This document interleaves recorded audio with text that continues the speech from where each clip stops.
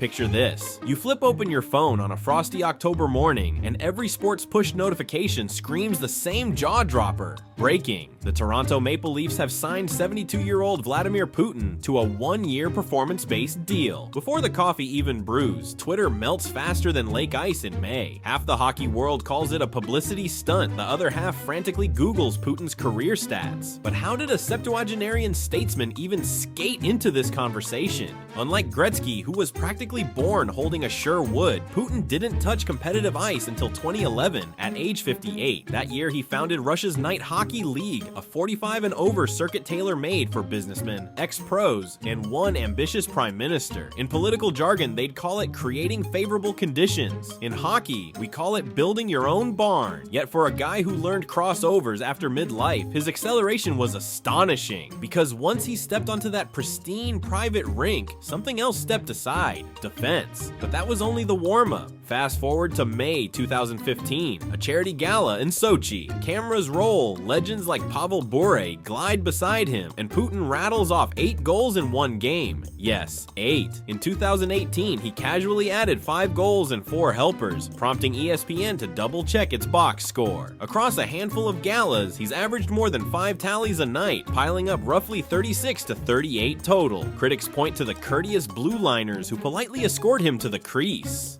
Fans of theatrical irony note that he once tripped over a red carpet during his victory lap, proof that gravity, at least, still back checks. But soft ice and soft coverage won't exist under NHL spotlights. On paper, the scouting card reads, 5 feet 7 inches, 170 pounds, shoots right. At 72 years old, he'd eclipse Gordie Howe's Mr. Hockey record by 2 full decades. Yet raw size rarely tells the whole story. Ask Martin St. Louis or Théo Fleury. What Putin lacks in reach, he compensates with an 8th Dan judo black belt. Imagine a player who can hip toss a forechecker before the refs even raise a whistle. He won't outskate Connor McDavid, but he might outbalance Mathieu Olivier, assuming Olivier values his diplomatic immunity. Still, martial arts medals don't pad a Corsi chart, so let's crunch the icy numbers.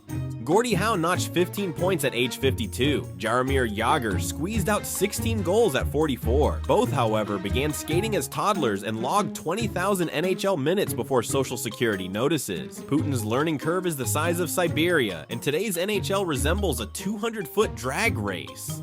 Shift lengths under 40 seconds, GPS-tracked sprint bursts, constant east-west motion. No amount of Palace protocol can slow that tide. Analysts peg his adjusted skating speed at about 15 miles per hour top end, 8 clicks shy of league average. Stick handling, decent in open ice, dicey under pressure. Vision, surprisingly clever, but hindered by half-century-old reflexes. Conditioning, elite for a politician, average for a fourth-line grinder. So what would the box score actually display over an 82-game grind? Let's imagine 3 very different timelines for Putin's first NHL season. Scenario A: Gala mode. The defenders part like the Red Sea, just as they do in those charity games. Over an 82-game schedule, he pots a mind-boggling 492 goals, 0 assists, and finishes plus 450. In other words, pure fantasy hockey, where he shoots every puck and no one dares poke check. Scenario B: brutal reality. He gets 1 sheltered shift a night against real NHL competition. The year ends with 1 goal, 4 assists, and roughly 200 penalty minutes as he tangles with every enforcer who wants a headline. That single goal probably banks in off a skate during garbage time. Scenario C: power play specialist. Coaches stash him in Ovechkin's left circle office for 5 minutes of power play duty each game. With limited exposure, he still sneaks in 15 goals, 10 assists, and picks up about 60 penalty minutes. It's respectable for a 72-year-old, but nowhere near star status. Those 3 projections, wildly heroic, painfully realistic, and cautiously optimistic, showed just how much the outcome depends on whether the league treats him like a ceremonial guest or a real fourth liner fighting for ice time. Beyond the scoreboard, Putin brings a whirlwind of off-ice consequences. First, there's leadership. Decades of Kremlin command give him an almost gravitational pull in the locker room. Teammates would either admire the authority or whisper about it in the corners. Next comes intimidation. Few defensemen want to plaster a man whose office controls half the world's gas pipelines, so body checks might be delivered with suspicious gentleness. Then there's distraction. Every road road trip would swell with extra security, relentless press scrums, and a barrage of geopolitical hot takes that drown out normal post-game chatter. Finally, sanctions lurk in the background. A single visa dispute or diplomatic flare-up could bench him, and potentially the entire franchise overnight. Put all that together and you have a player who might contribute a handful of points, yet generate enough political turbulence to tilt the entire league off its axis. So how good would Vladimir Putin actually be in the NHL? Statistically, he hovers somewhere between healthy scratch and beer league sniper, depending on how politely the blue liners bow. Physically, he's an undersized elder skating on willpower and judo muscle memory. Politically, he's an influencer who could turn the neutral zone trap into a diplomatic minefield. But the real question isn't goals or Corsi, it's spectacle. Would you tune in to see a 72-year-old president chase the cup? Of course you would. And that, more than any PDO swing, is the metric that matters in modern sports entertainment. Drop your own stat predictions in the comments. Just remember, in this imaginary season, the puck isn't the only thing facing high-stakes pressure.